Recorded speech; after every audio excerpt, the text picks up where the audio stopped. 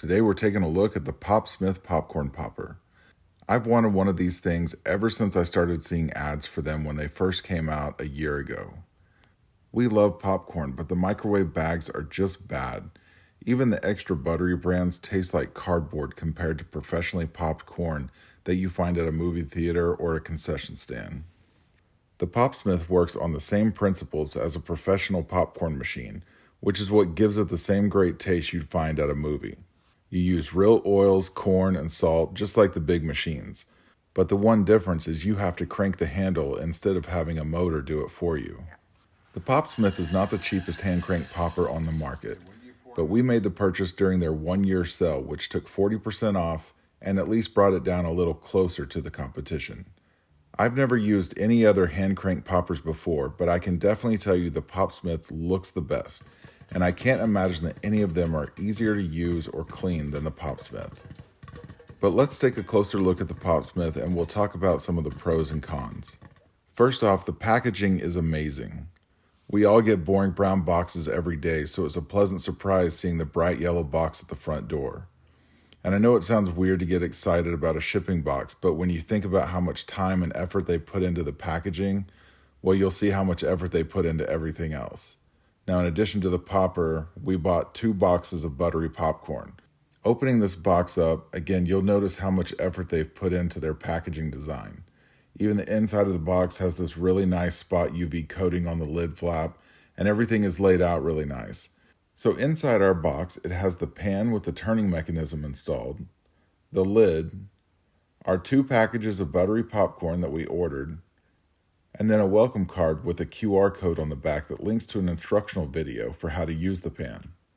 I will say it would have been nice if Popsmith enabled playhead controls for the video, as we kept referencing the video to make sure we were doing it right the first time, but we basically had to watch the whole thing over for clarity instead of being able to rewind just a few seconds. We unboxed everything and removed all the protective packaging, and I just have to say this pan appears to be high quality. I'm not sure how well the yellow enamel will hold up over the years, but the pan has a beautiful outside finish and the stainless steel looks very sharp on the inside. I also wasn't expecting the pan to be this heavy, but it made me want to get the scale out, and with the lid and turning mechanism installed, it's just a few ounces under 5 pounds. It's not so heavy that it's hard to move around, but it is heavy enough that makes you feel like it's a nice quality product. They also engraved the Popsmith logo on the turning handle of the lid, and it looks really good. The knob that you turn with is very reminiscent of some 70s Tupperware plastic, and I didn't notice it until we were washing the pan, but the logo is also engraved into the bottom for a really nice touch. Now coming over to the packages of popcorn, again the package design looks great on these, and inside you'll find 5 packs of buttery popcorn in our case, but they also sell kettle packs. Each pack comes with pre-proportioned amounts of coconut oil, kernels, and salt. I will tell you right now that these 5 packs of popcorn are one of the biggest downsides of the Popsmith system. Now granted, they tell you you don't have to use their packages up front, but selling them for $19 a box is pretty crazy. That puts each batch of popcorn you make at $3.80, and that's only if you got free shipping. A quick search on Amazon for 4-ounce popcorn packets that have good ratings will find popcorn for under $1.50 a bag. I get paying a premium for those that want to use the same brand and everything, but paying over double is a little crazy. We'll definitely be trying a few of the other brands online once we run through these 2 boxes. Making the popcorn is pretty easy, although the first time was a little intimidating. I felt like I had to rush and I was worried they would start popping before I could get the lid on, but it was fine, and after a couple of packages you'll have it down just as easy as we do now. Just put the pan on the stovetop, turn it to medium heat, and let it set for a couple of minutes. Then cut open your coconut oil. I always cut it at an angle so that I don't accidentally cut into the salt mixture and pour it out too early. Put the coconut oil in the pan and be sure to squeeze out every last drop, and it will start heating up. You may notice our coconut oil is more liquid than solid as it's being poured into the pan. We had just brought the package in from outside, so it had warmed the oil up a little bit. In our second batch the next night, it started out in a more hardened form. Once the oil is heating up in the pan, cut into the corn side of the packet. Again, I go at an angle to not break open the salt packet too soon. I pour 3 or 4 kernels into my hand and drop them into the oil. Once those start moving or trying to pop a bit, you know the pan is ready, and pour in the rest of your corn. The first time we did this, I put the lid on and stirred the corn around a few times to get the oil all over them, and then poured in the salt. But the second batch on, I just poured in the salt right on top of the corn and didn't notice any kind of difference. The salt area of the packet is a little tight, so you really have to work at it to get the salt out and into the pan. That's not a criticism of Popsmith. Other brands look and act very similar. For some reason, the salt section is always really tight. Once you have everything in the pan, put the lid back on and start spinning. Popsmith will tell you that the handle should be pretty smooth to turn, and ours was the first time. But there have been a time or two where it wasn't that smooth. They tell you to simply pick up the lid and reseat it on the pan. The turning mechanism will free itself up and become smooth again.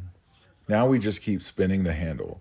I've heard some people say you don't have to spin it the entire time, that you can spin it a few times, then wait a minute, spin again, wait a minute.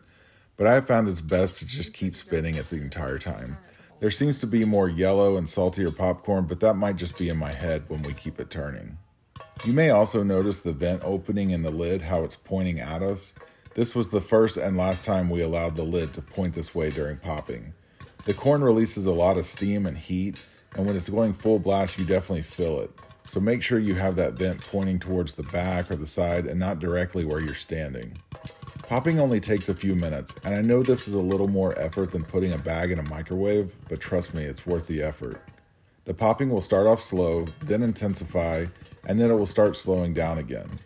The more you use it, the better you get to be able to tell when it's done, and when you only hear a pop every couple of seconds, then you know.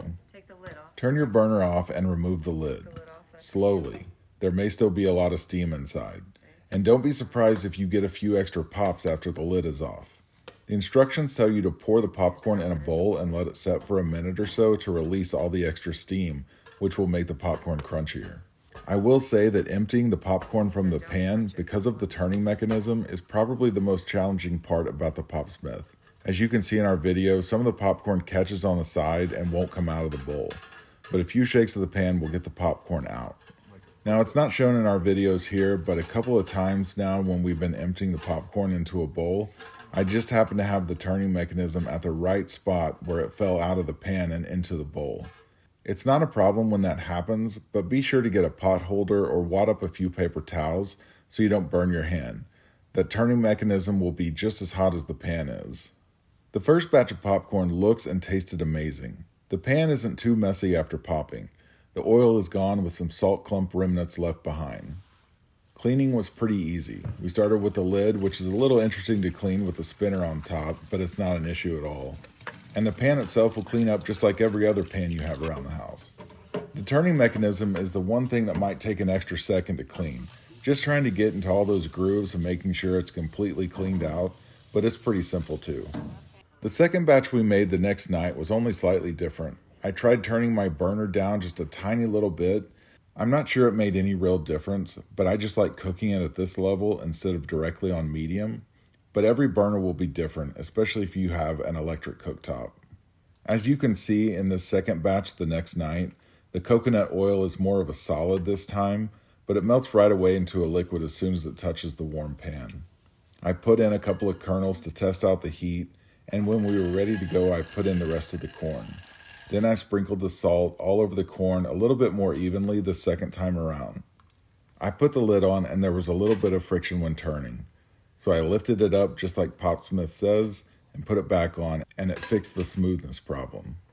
I was spinning the lid the entire time and also made sure to place the vent on the lid towards the back.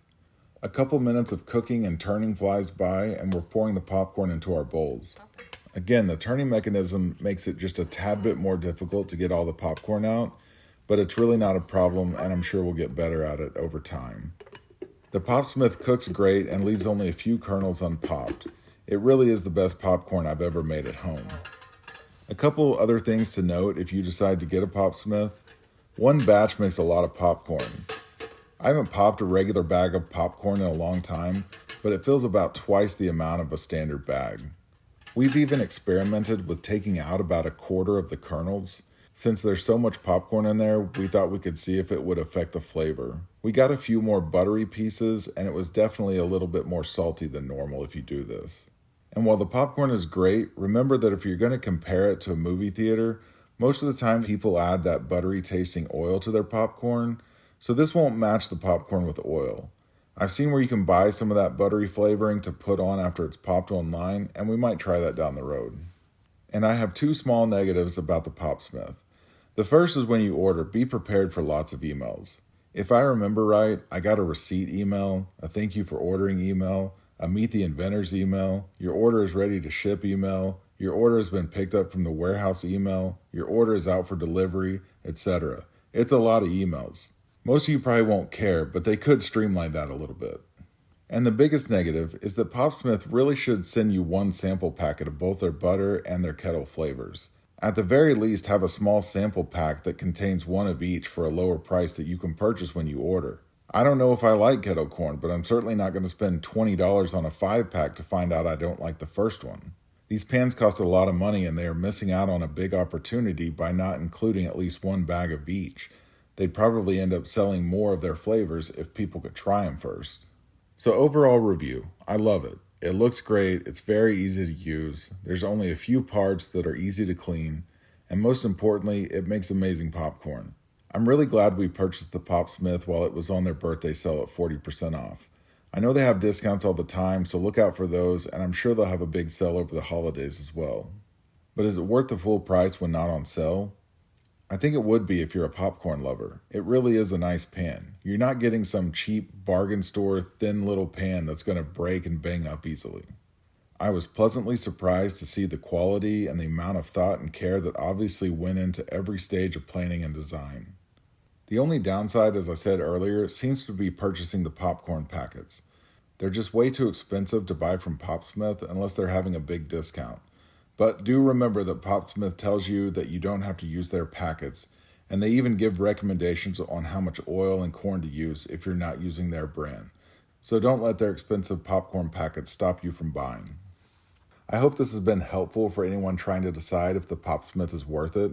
Be sure to leave a comment below if you bought one, or leave some recommendations on different popcorn packets that we can try. Thanks for watching, everybody.